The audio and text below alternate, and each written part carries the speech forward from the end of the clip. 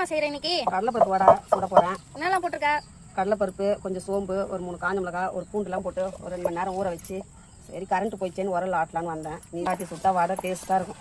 அப்படியா? சரி, இன்னைக்கு டேஸ்ட் பண்ணி பார்த்துடலாம். ஒன்றும் மாதிரி தான் இருக்கும். எங்க காமி? ஓகே.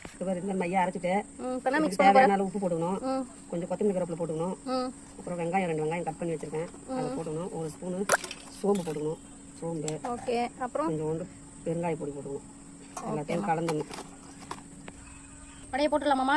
போடலாம். எண்ணெய் காஞ்சிச்சு, எல்லாம் ரவுண்ட் ஷேப்பில் தட்டி. எண்ணெய் குடிக்காமல் இருக்க ஏதோ டிப்ஸ் சொன்னேன். ஒரு இஞ்சி துண்டும் கொஞ்சம் வாழைப்பட்டையும் போட்டு பொரிச்சு எடுத்துட்டு இதுமாரி வடையை போட்டோம்னா எண்ணெய் குடிக்காது வடையில்.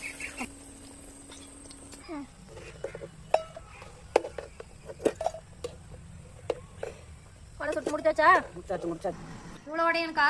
இதுதான் சொல்லுவேன், எங்கள் மாமியார் வீட்டில் வந்தால் எனக்கு எதுவுமே செஞ்சு தர மாட்டேன்னு சொல்கிறல, அதனால தான் வடை சுட்டு கொடுக்குறேன்.